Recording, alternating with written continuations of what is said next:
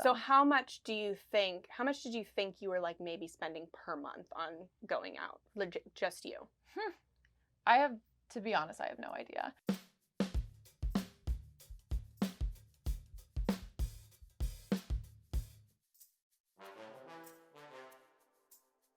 Hey, Sam. Hello.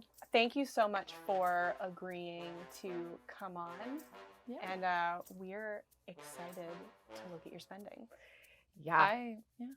Thanks for being here. Can you just share a little bit about yourself, like an overview of some of the stats? Sure. I am 30 years old. I am living here in St. Petersburg, Florida. Been here for like 10-ish years. I'm a homeowner. I bought a home 4 years ago almost, which is crazy.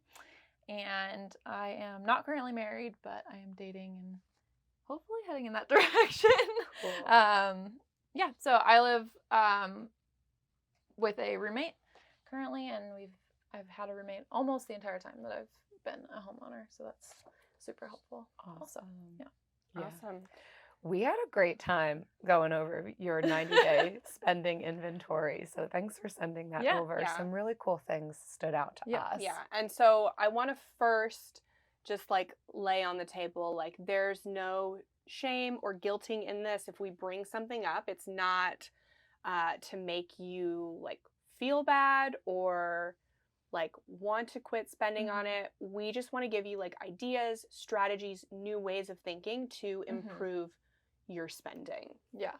So I wanted to start with some good things that we saw on the inventory. And the first one is using a credit union for your checking account. Yeah. That is an amazing place to keep your money. The credit unions invest in their communities. And if you're going to keep your money anywhere, I really think a credit union is the best place to keep it.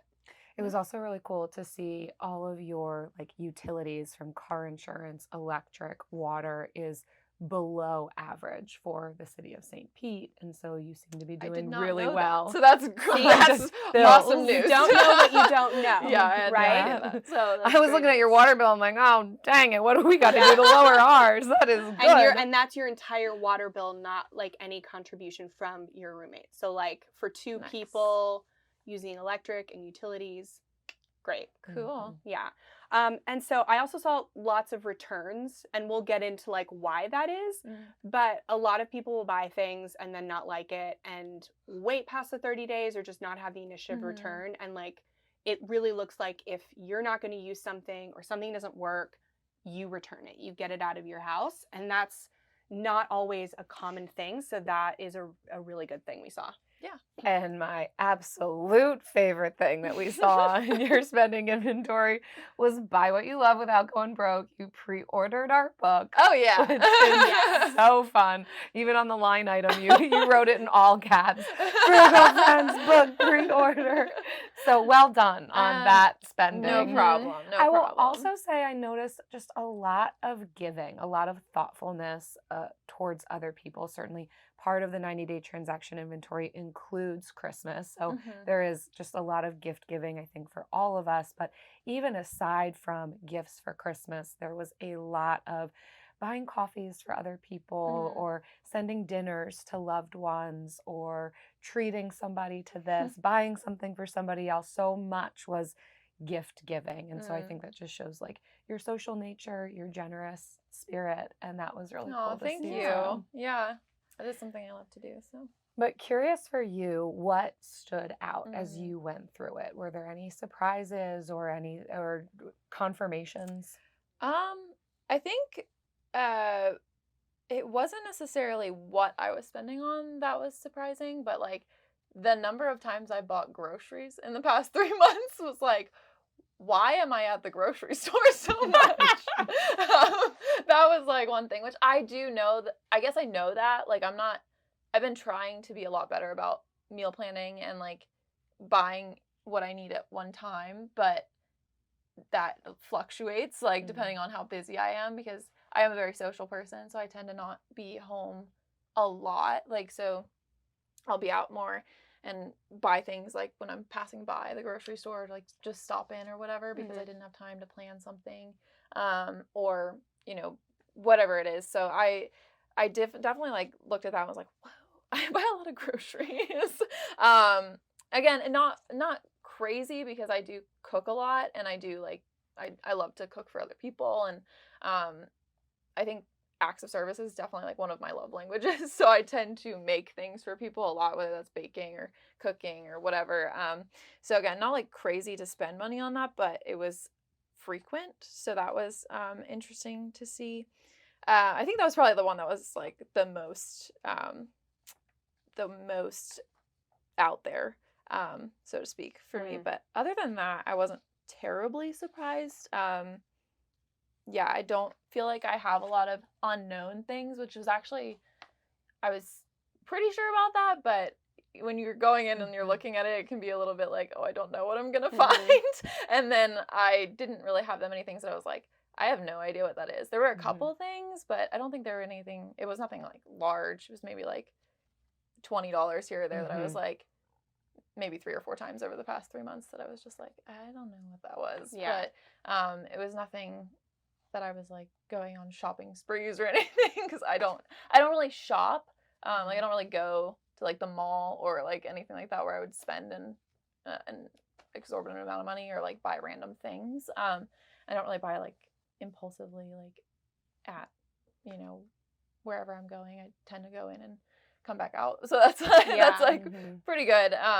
And I go to Target a lot, but not for like Target things. Like I feel like Target is one of those things that like we categorized it in groceries. Yeah, it's it always seemed to be groceries. Okay. Yeah, just because it's the closest to my house, and other than that, like Publix is there, but Publix is so expensive. So Yeah, I rarely go to Publix, but Target by me has like a pretty good like produce section and stuff like that, so I tend to grocery shop there a lot. And the great thing about Target is if you're part of their program, they track all of your spending like on their app, so you can go back and look at exactly what you bought without having the receipt, which is nice. So yeah, that's what I did for a lot of those. I was like, oh yeah, like I just bought groceries like 95% of the time. Groceries are the thing that one of the things that we noticed was most frequent. So we took some data. Yeah. And we'll share it with you. Okay. So groceries in the last 90 days of your transaction inventory, you went to the grocery store 29 times. Yeah. So that's over twice a week going, and you spent a total of $1,259 on groceries. So that's about $420 per month on groceries. And is that just for you? No, typically it's not. Almost always I'm cooking for someone else, whether that be for my boyfriend and I, or sometimes my roommate and his girlfriend will be there and I'll offer them food, or my neighbors a lot of times will share meals with them. Awesome. Or if I'm going to our house church, I always bring something. So a lot of times it's for like multiple people and not just myself. Yeah. So yeah. And then I'm not personally eating $400 a month. I don't think. Yeah, you just wanted to like set that, like get a good perspective.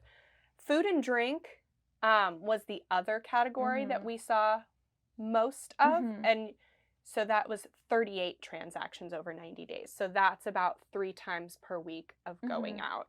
So something I was interested in, you have a boyfriend, so you're probably not, you're probably going out more than 3 times a week, but not paying for all of it. How do you think it stacks up between like how many times like he pays versus you? Is it kind of 50-50, or is he a little bit more or less? It's definitely not 50-50. He pays a lot more when we go out for like larger meals, like I would say. So anything where we're going out to like a big meal, like a nicer restaurant or something like that, he's definitely paying for that. And then I try to pick up some of the smaller expenses like lunch or like coffee or drink, like cocktails or something out. Then I'll usually pay for like very small transactions in that. So like maybe like the $30 and less range is typically me, and then he'll pay for like the larger meals. Okay. So how much did you think you were like maybe spending per month on going out? Just you? To be honest, I have no idea. I really don't.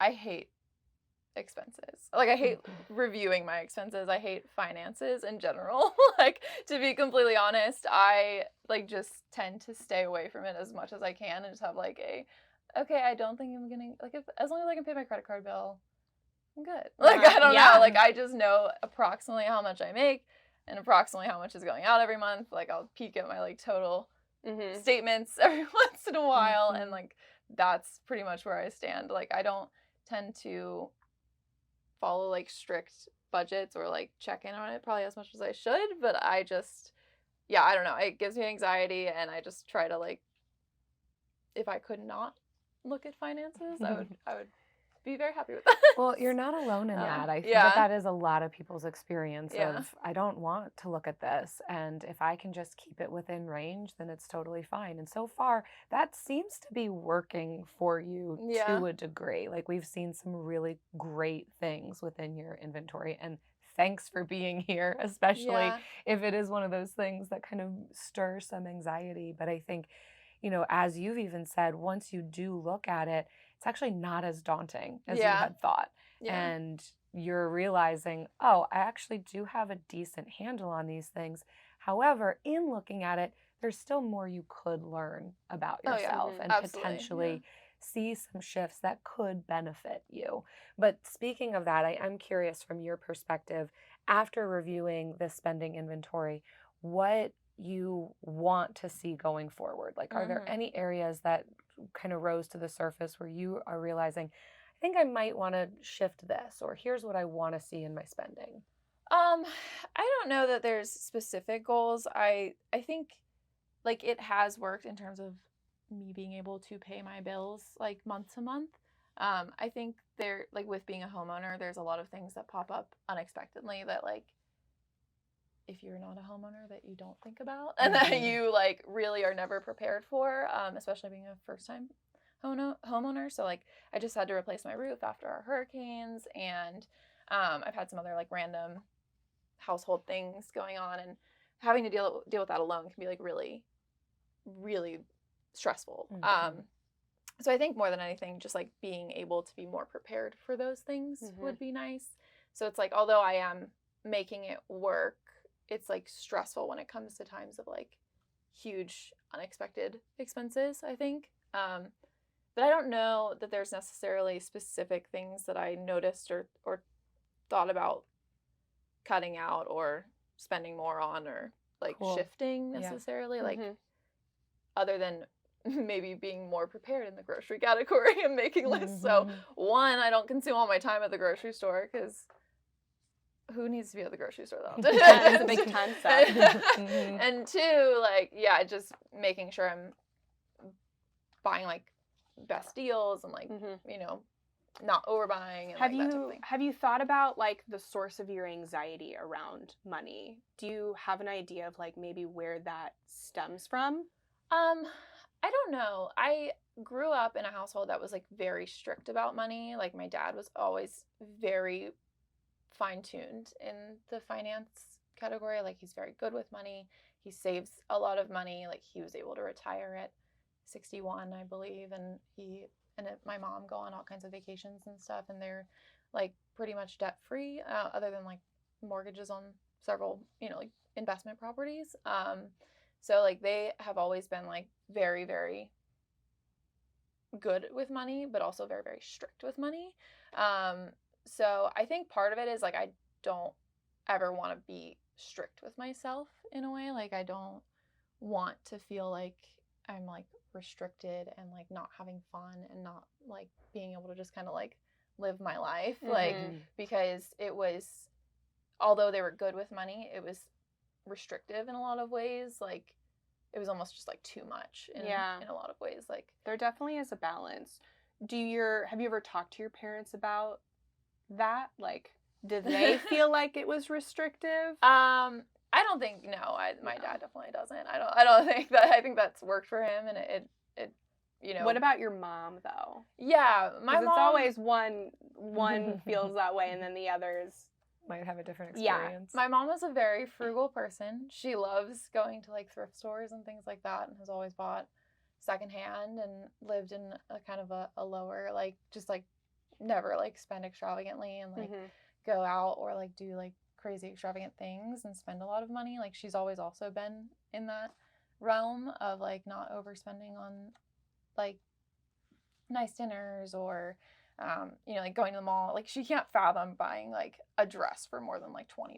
If it's more than $20, that was like way too much. So I think she has a similar mindset about it. There is a balance because you Yeah. just said now they get to go on all these cool vacations and your dad retired early. Yeah. So like, yes, those are things like now they're not restricted. Now that short-term restriction has led to more freedom. But there is always a balance because it can go too far. The pendulum can swing too far both ways. And I see so often that generations will kind of like skip too. So when our parents are very strict with money, we feel like, oh, we were restricted our whole lives. So now I'm going to treat myself to what I want. And then the opposite, when our parents are like, very irresponsible with money, then we have this fear of lack, and then we are like super savers. So I see that happen a lot.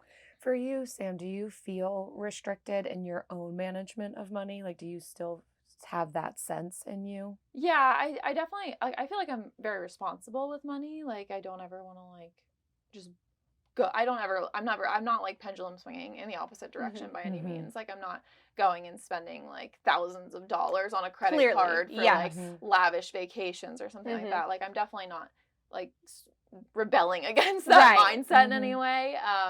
But you know, like I do feel like I have, I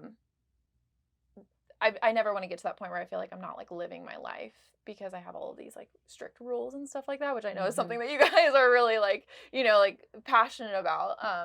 And I think it's just that sometimes I don't know if I have the money to spend things on like on something that like I really, really want. Like one of the purchases I know that is in this spending evaluation is that I bought a pair of shoes that I really wanted that were like $160, I think.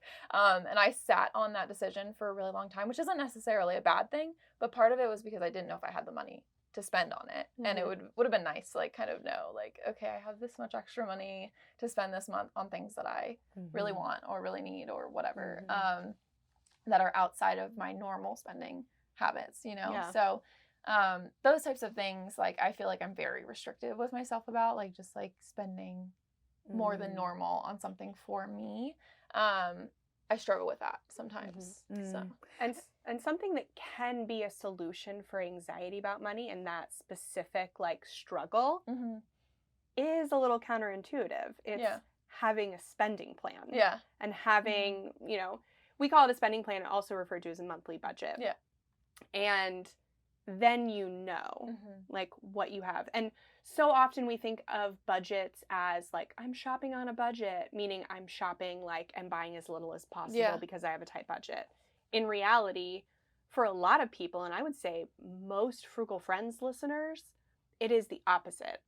A spending plan gives us the freedom to spend, and it frees us from anxiety because we know that we can afford the things that we value. I'll also add, I think it's important what you've said about where you're seeing some of your anxiety about money coming from and like the restrictive nature and how you see that that's how it felt as you observed your parents engage with money.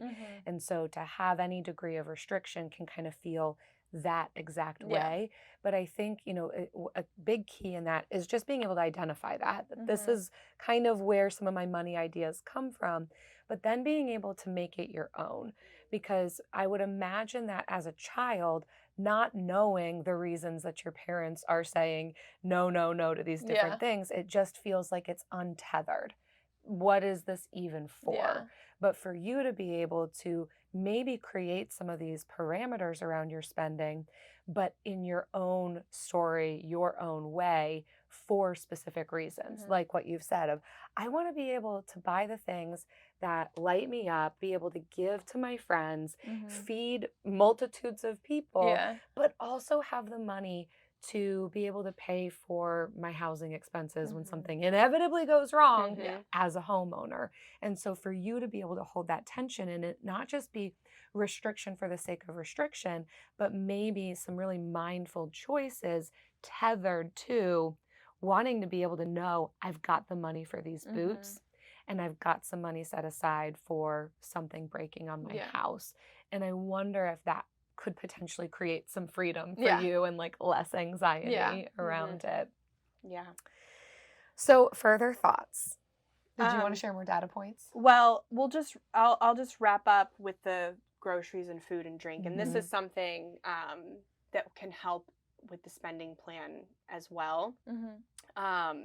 You spent just over $1,000 on your part of food and drink, like going out expenses, which if that is less than half of what your overall spending, Yeah. then that's between the two of you over $2,000 a month. Yeah. For just the two of you. And so you can really reach some of, these anxiety releasing goals a little faster by getting creative with the groceries and the food and the drink. And we'll talk about some of those things later, but it averages to $756 per month on just consumables. So, and then, yeah, I think we can move on to opportunities for. Well, wait, I'm curious. How does that number sound to you? It's interesting. Like, it's not all that shocking because we do spend a lot of time out, and I think we do spend a lot of time socially, like with friends or whatever, like at breweries or coffee shops or, like going out to dinner with people. And like, I think part of that, I mean, obviously, it, like you guys say, like, there's always, every month is different, and there's always like a birthday or a wedding or like events to celebrate. I think part of that is like we were traveling for half of December, and like out at Christmas, and like there's some pretty big holiday events in there that probably contribute somewhat to that. Not that doesn't happen other times of the year, so that doesn't like necessarily shock me for like the time of year, I guess. But it is more than I would think my half would be, for sure, for like knowing that he's spending just as much, if not more. Yeah. Probably more, honestly, if we're being honest. Like, I just, like, he won't let me pay for like really nice dinners, which we go to, like, there's a local restaurant, Wild Child, which I think probably both of you are familiar with, which we don't actually get dinner there very often, but like we'll do like appetizers and drinks, which add up to like, over $100 very quickly. And we'll probably go there at least like once a month. And there's like other places that we go to. So I would a couple of your purchases out just for yourself were over $100. Yeah, I think there were a couple in there that were like dinner with friends for like their birthdays and stuff, which again happen all the time. So like that's not saying that that's not unusual. But I think when it's like my friends, I'll pay. But like when it's for us, like the two of us, he'll pay. So yeah, I mean, I think maybe that could definitely contribute to the overall. And you love hosting people in your home. Yeah. So like, obviously there are some things like birthdays, weddings, stuff like that. You can't change that narrative. You're going to be spending money on going out. But outside of that, hosting people in your home is like a great way to still get what you're craving with the community, but for less cost, and letting people contribute to it. It also makes hosting less stressful when you don't have to cover everything. Yeah. And I say that because that's something that you've expressed that you like to do. And you're already doing it, so it is something that maybe you can shift to see like, okay, maybe next month I'm bringing it down to X $100 in each category. Another category that stood out as far as like potentially disproportionate degrees of spending to like your life stage was gifts. But again, you are very generous. But let's look at the data for a second. How much do you think you spent on Christmas gifts? It was Christmas. Yep. Yeah. Right. But everybody buys gifts for Christmas. So this is applicable to everyone. What's your... I would think like $1,000. That's, okay. Yeah. Okay. Yeah. Honestly. And why? And did you plan for $1,000, or like the $1,000 just happened? Did you like, okay, I feel comfortable spending $1,000 on gifts?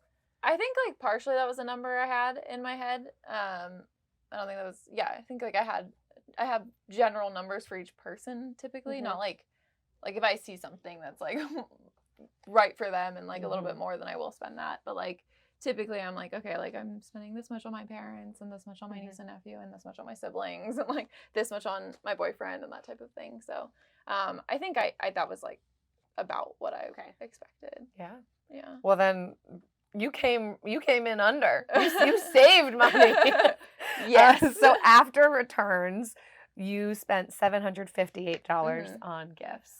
Yeah. And how many people do you think you bought gifts for? Oh, probably at least 10 to 12, because I have 3 siblings, a niece and a nephew that I didn't purchase for, and then my boyfriend, my parents, and then 2 friends. So what about coworkers? Oh, and my coworkers, yeah. Yeah. So probably over closer to 20, yeah, but yeah, so like 20. Mm-hmm. Okay, and that feels good. Like, how does that feel? Oh, I love giving people. Okay. It's funny, I would never characterize like gift giving as a love language for me, but it is something I enjoy doing.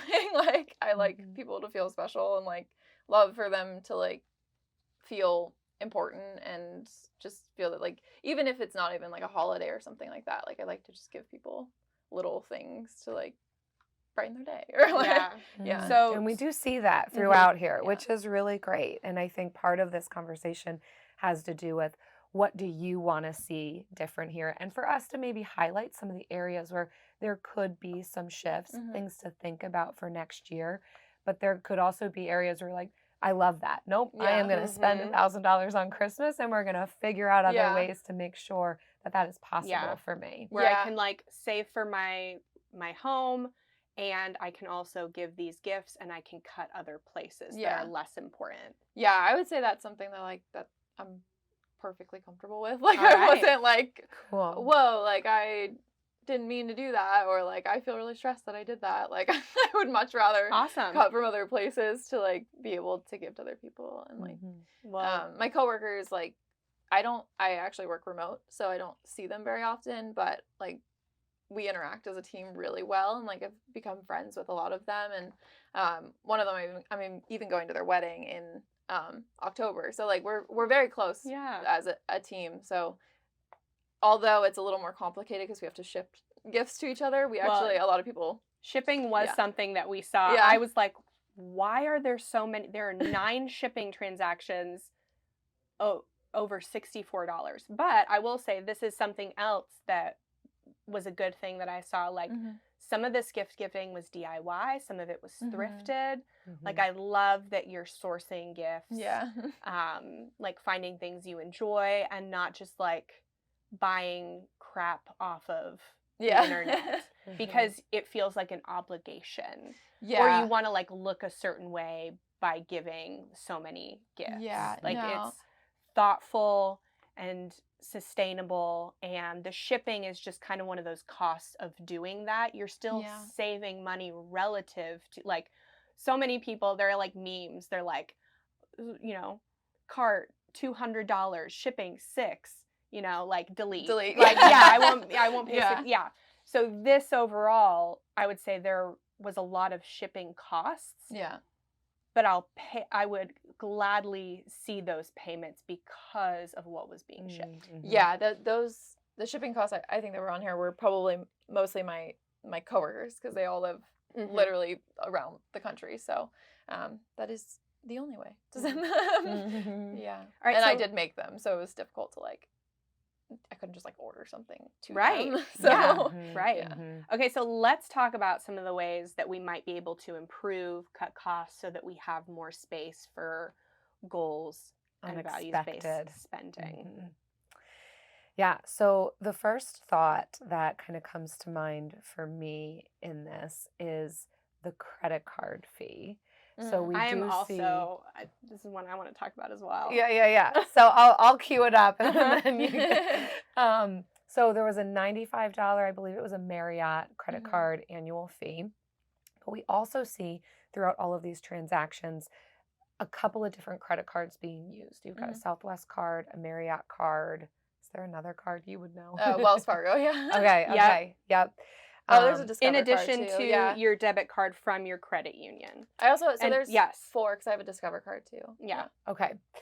And you did do some travel Mhm. over these last couple of months. However, we don't see any of that travel being through Southwest or Mhm. staying at any Marriott places. So that is just something to be aware of and maybe Yeah. have some curiosity around.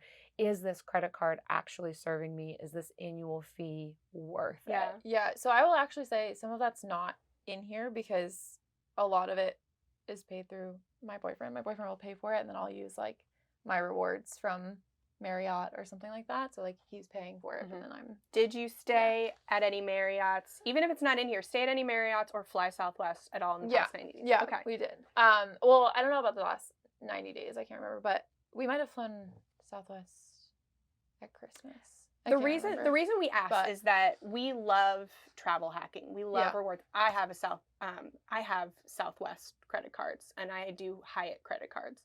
And I gladly pay the Hyatt annual fee. Yeah. The thing is that we want to see, this is 90 days. Yeah. So there's, 4 quarters in a year. We want to see at least one stay and one flight from the card Mm-hmm. every quarter in order to justify an annual fee. And if we don't, the annual fee is not worth it because the real benefit of travel hacking and getting these cards is the welcome bonus. So we pay the annual fee for the first year, we get this welcome bonus, and then if we are not using the hotel or flight, then it's not really worth keeping that card. We want to use another card to get the welcome bonus for those. And Marriott Bonvoy program historically has the worst point redemption value of all hotels. The one like shining spot of it is because there are so many Marriotts and Marriott like varieties. So if you're traveling to certain places, sometimes all you have is a Marriott. So, but that's really something to look out for. That you can save yourself $100 potentially, because I don't know if the Discover or the Wells Fargo have annual fees. They don't. Okay, so but it's $200 a year because I know Southwest does have a fee. So those actually, I will say, those were like exclusively what I used up until very recently because Southwest has become wildly more expensive. Like flying home, I originally from Maryland, so flying home to Baltimore, flying into Baltimore was almost exclusively like cheaper to fly Southwest almost every single time. You could get like round trip flights for $200, bags included, etc. So like this past Christmas trip, I think we actually used Breeze on the way up, and then I think we used something else on the way back. I can't remember if it was Southwest or not, but the flights were just like astronomical. But historically, every single time I fly home, it's been Southwest. But here's the thing with Southwest, you should never be paying for a flight because their credit card rewards are so good. And we have an episode coming up on how to travel hack with Southwest. Buying Southwest flights in order to get rewards is not the correct use of travel hacking with Southwest cards because they are one of the best ones. Yeah. I could see you doing that with Delta or American or United. But yeah, there is a hack to getting Southwest, like paying $11 for every Southwest flight. Yeah. Through their credit card. Yeah. But if you're not getting that, it's time to cancel the Southwest card, wait a year or 2. I can't remember how many. And then get that welcome bonus again, so you can get that companion. You're not just you flying free for $11, but also a guest also flying free with their companion pass. The other part of that though is that like I've always been taught that having credit cards for long periods of time is like the way to build your credit, and like I got both of those cards at the same time because I used to travel a lot for work, and so I used to have like an astronomical amount of points in both Marriott and Southwest. Like I was A-list for every single year for like 4 years, and then I was for Marriott the like titanium, not like the super high like where you have to spend like a bunch of money, but like I think I was like titanium with Marriott for like a really long time. So yeah, those were like cards that I've had probably for 8 years now. 9 years, something like that. So like they were 2 of the first credit cards I got like on my own. So that's why I was like, I guess I've always been hesitant to like cancel them because they are. What is your oldest credit card? My Discover card, because that's the And that's no first one annual I've fee. ever gotten. Yeah, Okay. when I was in college, that was the first credit card. When do you plan on getting a new vehicle? I just got one, so Oh, not for okay. a long time. Great. Yeah. So you don't need a high credit score. Yeah. You're not planning to buy a house. Yeah. You're not planning to get an auto loan or HELOC, home equity line of credit, any of those things. So I don't think so. So you don't need a high credit score. So you don't need to be afraid of lowering a credit. It's never worth paying money to keep a good credit score, especially if you don't need it.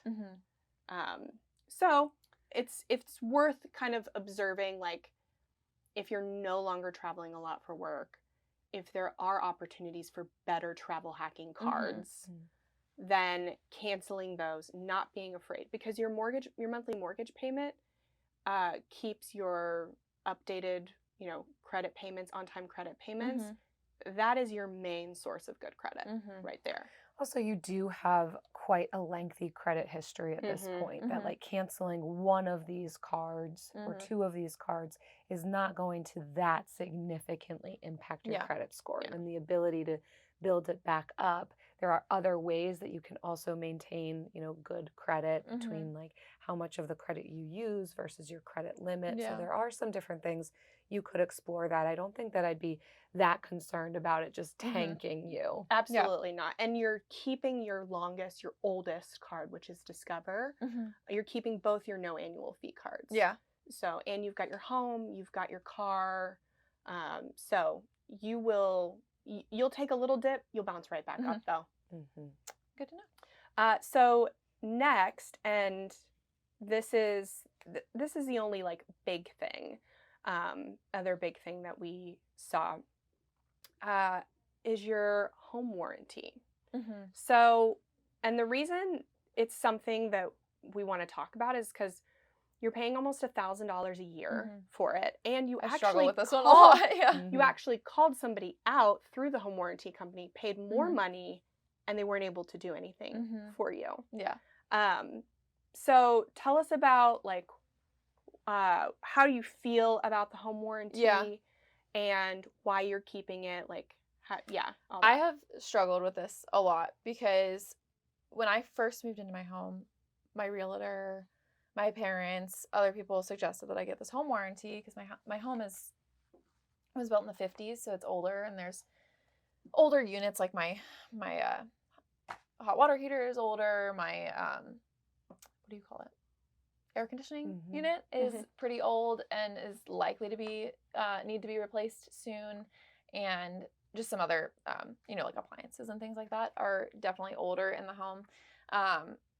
Which when I first moved in, I had an issue. I've had two issues with my air conditioning unit where I had to call them, and it was technically more cost effective to like for that month, like me paying, I think it's $80 a month, plus like the $100 fee to call them out was like way more effective, because I think it would have been like $500 to fix whatever that was at that time. Which like over the year, obviously like I would have paid less to just pay $500 outright. I think what I worry about is like the big expense of like needing to replace my AC unit, and I don't have 10 grand to replace my AC unit. So like if that does go out, I can call them to fix it, and it's like the course of a year, it's $1,000 versus like $10,000 to replace my AC unit. So I think that's what I'm most worried about. But then there's also the issue of like their limitations, right? Like they will only fix certain things, and they a lot of times won't replace things. They'll just like keep fixing it and that type of thing. So I go back and forth between like, is this worth it or is it not? And then it's also a contract based thing. So like I can't cancel it every time. I'll like think about it and I'm like, oh, I should cancel that. And I'm like, oh, I can't cancel it until July or whatever. So then I like maybe forget about it, and then like something comes up and I'm like, oh, well, I just used that like a month ago, so maybe I should keep it. Has it ever proven beneficial to you? Yeah, just in those first two, I think the first 2 years I had. So you've had your home for 4 years? Yeah. So you have paid them almost $4,000, at least $3,500. Have they saved you $3,500? No. Yeah. So, yeah, but I struggle because I'm like, I literally don't have 10 grand to pay but for like you a could new have AC unit. $3,500. Yeah. And you But could be that's on not your 10 grand. way. So I know, like, that's not, like it's the not 10 grand. struggle, How yeah. old are your AC and your water heater? My AC unit is 13 years old, and someone just basically came for a tune-up and told me it was like imminently going to need to be replaced, which is, I get it tuned every year, and they have not told me that before. Like the same company comes, and this year they did tell me that, which I like. Yeah, take it with a grain of salt. Like obviously they're gonna be like pitching you to sell something, but I do know that it is old and it has had several issues. So have you been able to confirm in the fine print that the home warranty would cover something like that? And I say this because a lot of times home warranties will not cover things where the damage can be pointed back predating the beginning of coverage. They do, yeah. Like Okay. I think they don't have anything like you can't if it's predating coverage. Like I have checked that, and they will give you, the thing with the AC unit is they'll give you like up to a certain amount. So I think it's up to like $9,000 they'll give you towards the AC unit itself. So, and here's the thing, your AC unit will probably last you another 5 years. So you'll have paid them $9,000 to replace your unit for $9,000. So you can save for it. Yeah. It's just, where are you saving? And yes, you don't have $10,000. That is scary.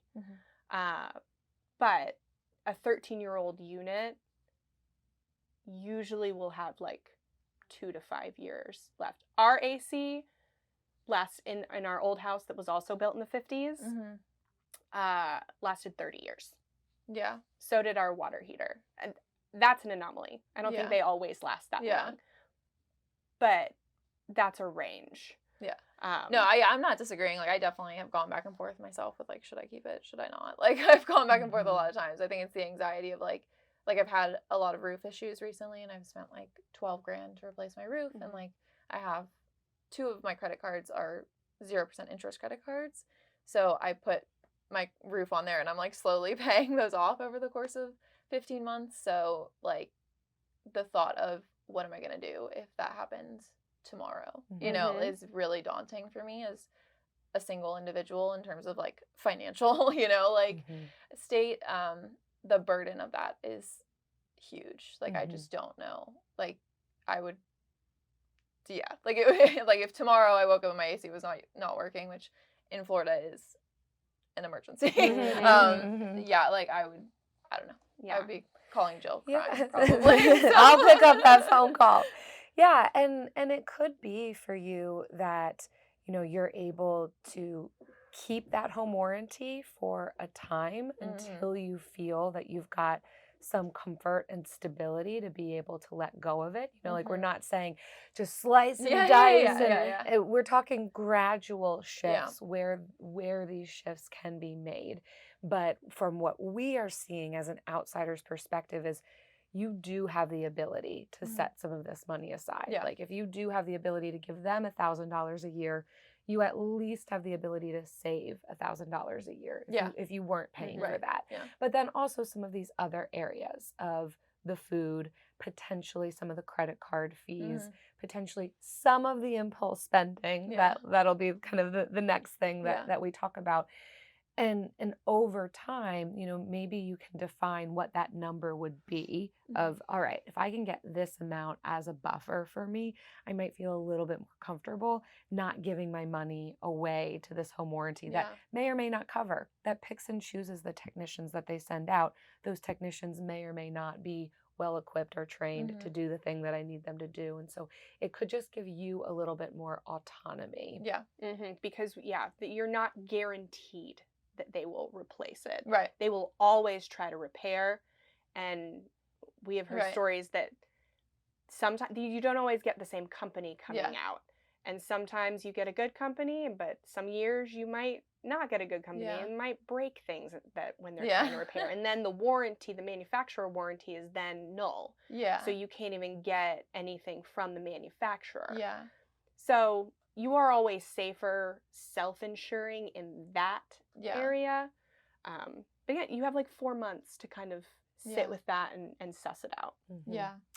I think this is like a longer conversation that we need to probably have about a home warranty. But like part of it is also like this sounds silly, but like 2 things. One, there are so many opinions like about how you should manage your home, how you should save, how you should prepare for the worst of like, especially in Florida with hurricanes and things like that, like what you should spend money on, what you shouldn't spend money on, like all of these things. And it's like, you look to like your parents, and my parents have a home warranty, so it's like, I should do what they do. Like that type of thing is also difficult to parse out. Like, if I'm not doing this, am I then straying from like my parents' advice? And is that a bad thing? Like, should I not do what they have proven works for them? Like, that is also like challenging to parse out. And then the second part of that is, which I know is something you kind of write about in your book, talk about in your book, is like the like all or nothing. Like, I feel like, okay, I'm only going to save $1,000 a year.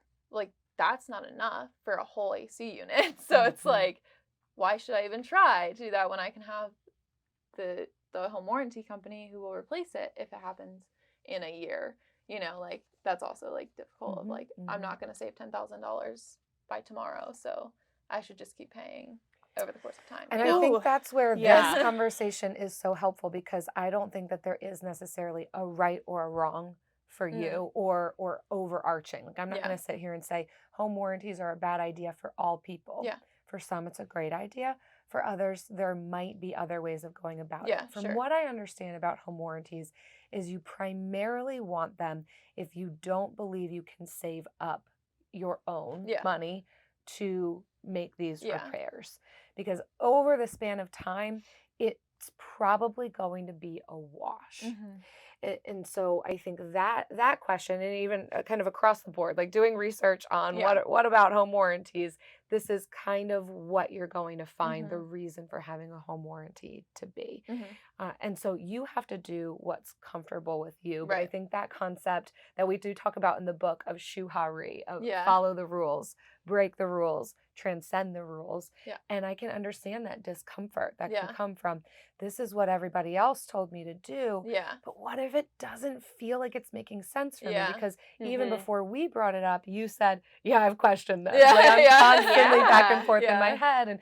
And it is a scary thing to kind of go against not only what your parents do, but what you've done for so many years and what has so far seemingly made sense. And it can be scary to pull some of these quote unquote wise decisions into question. And I'm not going to say exactly what the right move is for you, but that it is worth questioning. It is worth doing the math. It may have been a great idea for your parents, but if it's not a great idea for you, finding that permission to break the rules and discover. It's also okay to fail in this process. It's also okay to make mistakes and need to potentially at times we might choose to take on debt again in the future because emergencies require it. Like we've got a much more flexible view of finances, but I think in that flexibility, being able to find your own autonomy where you can feel really confident, and it's not always just, I just have to do what I was told though. Yeah. Okay, so let's talk about your next step financial goals, and then 2 ways that we can go about taking action to get closer to these.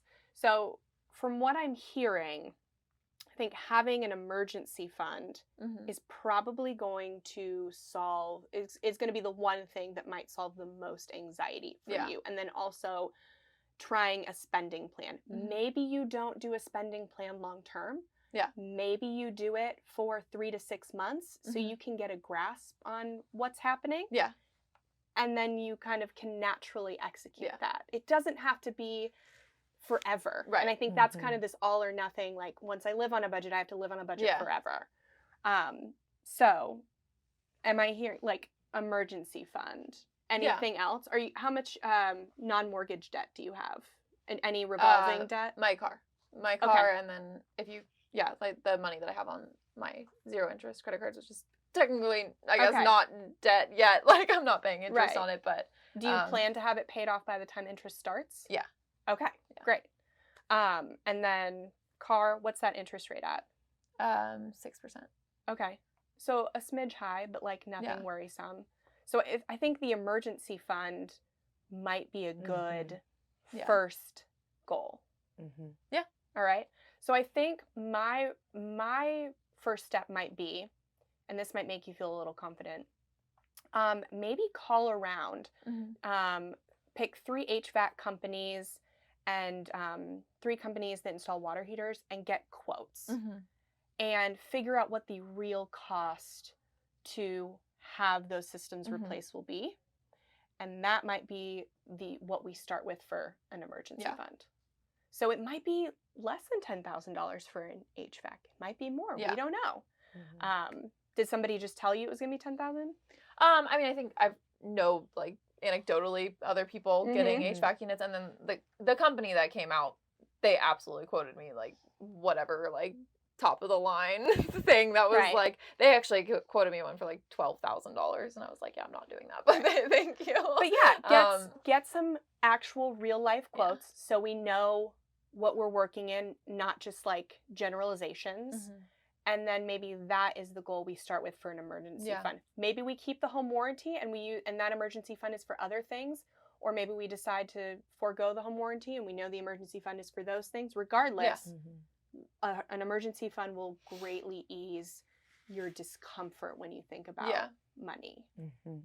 Do I have the money for the shoes? Yeah, that's really what we're right. I want to get the because good boots. I can't buy shoes? this. Do you see them? Yeah, I can't buy the shoes because I don't have enough money. Because what if my AC breaks or something like that? We always have that. Yeah. But when you have a spending plan and a sinking fund or an emergency fund in this case, we know that we have the money or don't have the money right now for the shoes. Right.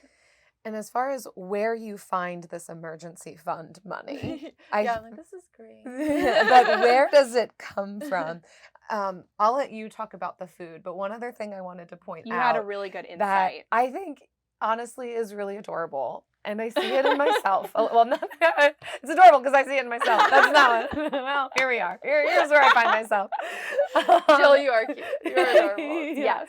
Okay. Facts. There were a handful of times where I saw what I'm going to call, for lack of a better word, like ideas first spending. Where like, you just have this like spark of something you want to do. And whether or not you have it immediately available to you, you're going to buy the things to make that possible. So one example that I noticed in your spending inventory, because you described it for us, so thank you for your little journal prompts. The notes are great. Okay, in the book, you give like a list of questions. It's like a page long of like, when you're doing your spending inventory, ask yourself, this is but don't ask it for every single one. But then I'm like, if I remember it for that one, I should put it down. Yeah, and it was so helpful. Yeah. So at one point, you and your boyfriend, I guess, had it in your hearts that you wanted smash burgers. But apparently you didn't have a griddle or a smasher to make the burgers, so you bought it. This is so you could have smash burgers. We did make them that night. Oh yeah, I believe that you implemented on it. But I think the adorable and interesting part of that is the idea came first. Like, this is what I want, and even if I don't have those things, then I'm going to immediately go out and buy those things. I think another example of this was the relay race shirts and headbands, and I do see that a lot of people did that was just a headband for me. Reimburse you. Okay. The headband and the shirt the for the relay race. Of we all need matching shirts, and then I'm going to now implement upon this. I'm sure it was well received, and it did sound like people paid you back. But for an example, I think we also saw it with the gift giving as well. We've talked about the beauty of your gift giving and kind of the ideas behind giving homemade gifts and the shipping costs. But I think maybe, the idea first of, I want it to be embroidery, and now it doesn't even matter how much it's going to cost to ship it. I'm going to do this thing. So a lot of those, in looking back, I'm hearing you say, like, I loved this and I'm going to change nothing about that. And that's beautiful. But I do think there could be something just to be aware of in that, of when you have an idea, to then wonder, okay, but do I have it already within my resources now to implement upon this? If not, is there a way that I could without purchasing more? Or is there another idea that I could come up with that would keep me from needing to like make this extra trip. I do also wonder if your trips to the grocery store are connected to that. Like the idea of, well, I already said I'm going to make mac and cheese, so now I need to go to the store to get these things, rather than this is what I already have on hand, so this is what I'm going to bring to the potluck, that kind of a thing. Like I would be curious how often it's the idea first and then the spending for just whatever that idea was, versus let me start with what I already have, what's already within my resources, and try and solve whatever problem it is. That is the most common thing we see with spending. I have an idea. The idea is good, like a DIY gift. And then immediately we go to buy the things to do the idea. And what we have been using lately is this 4-question filter to filter through these ideas. So we have the idea. We first ask, okay, how can I execute this idea for free? So what can I borrow from friends? What can I maybe like trade? What can I get for free on Facebook Marketplace or from a Buy Nothing group? Stuff like that. What can I repurpose or reuse in my home? You can use a large cup to smash ground beef. I am not going to take the blame for the smash burgers. I will. Okay. 1,000%, Quinlan. Let me tell you. You don't. No. Let me tell you. We have a cast iron pan at home, and I was like, oh, we can just use the cast iron pan to smash the burgers, or like. Yeah, you are resourceful. Well, make sure Quinlan watches this part of the video. Okay, that part. I would like to just I'm not getting thrown under the bus. Have on record. So the smash burger thing I did try to use what we already had, and he was like, no. So the first question is, how can I like use what I already have so I can execute my idea for free? Because the idea is not what is bad. We want to be able to execute our ideas, right? The second is, how can I do low cost? So like, how can I maybe find a griddle on Facebook Marketplace? Or a smasher. Also, specialized tools in the kitchen are not bad if we're going to do it a lot. I have a waffle maker and a salad spinner. Those are very often things I see people all the time say you don't need in a kitchen. I use them frequently. So really, how can I get it secondhand is that second strategy. Next is, how can I get a deal on it? So I'm looking at coupons, I'm looking at rebates, the traditional frugal, method is actually our third filter. And then the fourth is, okay, if I'm going to buy this new, how can I buy it guilt-free? So local, sustainable, keeping money in the community, stuff like that. And if I can't do any of those, is it worth it? Is the idea actually good enough to execute if I can't fulfill it with any of these 4 filters? So like the DIY stuff, great. Did you know that there is a secondhand craft store in, Seminole? It's all secondhand craft stuff that's brand new. Yep, it's fun. There's one in Brandon and Largo, all secondhand, like almost brand new craft stuff. So and they exist all over the place. They exist all over the place. So like, it's just kind of getting the idea, and before we automatically fulfill it with new stuff. Which I know you're already, you thrift, you're like, you are frugal, but it's also like always taking that time to try to get creative with how we execute the idea. And I think then this is paired with being able to take inventory at the end of at least every month of what did all my good decision making lead to margin here, and how can I pull that aside, put it into a high yield savings account, and start beefing up that emergency fund. I'll also throw myself under the bus because I got a pet bird because I saw a good deal on a bird cage at a yard sale. I just liked it. I just thought it was cute. Haven't we all impulse bought a pet before? Thought it was a cute bird cage, then said, let me go get a bird to put in the bird cage.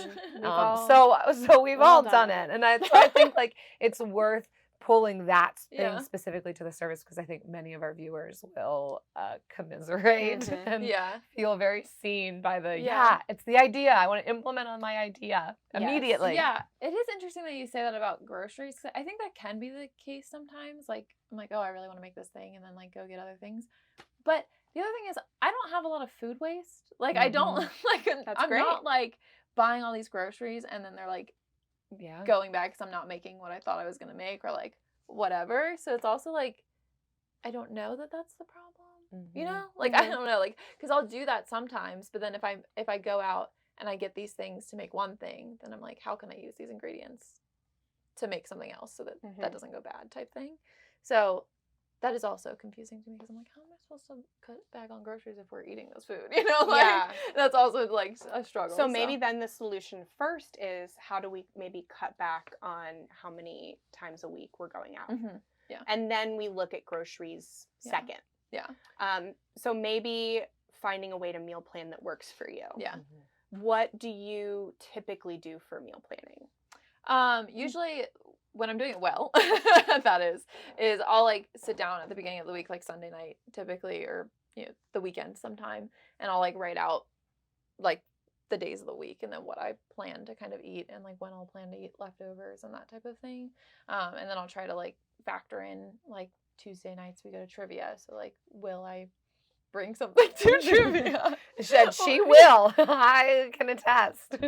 I will like, I'll make something that I can sometimes easily bring with me. Because it's a bar that trivia. doesn't necessarily sell food, right? Correct. So that's not a faux pas. Yeah. So it depends on who you ask, but yeah. So if they sell it, maybe don't bring it. But if they don't sell it, I don't think it's a faux pas to bring it. So yeah, sometimes I'll and then I'll factor in like, okay, like we're gonna be, I don't know, like downtown already, so like it doesn't make sense to cook that night. So like we'll eat out that night. So yeah, I'll typically plan it out in like a week format and then make a list based on the meals that like I put on that calendar for the week.